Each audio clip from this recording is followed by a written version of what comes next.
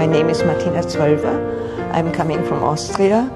I have done ceramic all my life, and I love to be in China.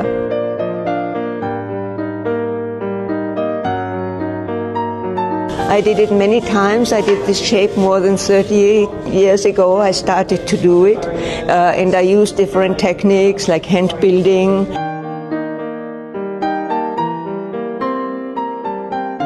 But so now I use the same shape to make my 3D prints, and I think it will be very beautiful in combination with, like, for example, this kind of celadon. So I'm very excited about to try this glaze on top of these patterns.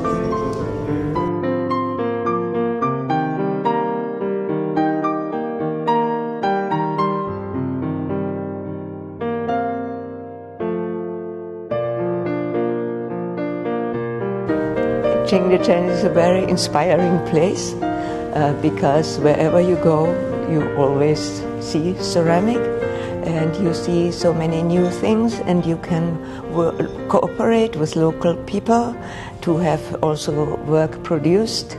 You can buy all these amazing glazes like celadon and what else? And yeah, you can get all kind of services, so you don't need to do everything yourself.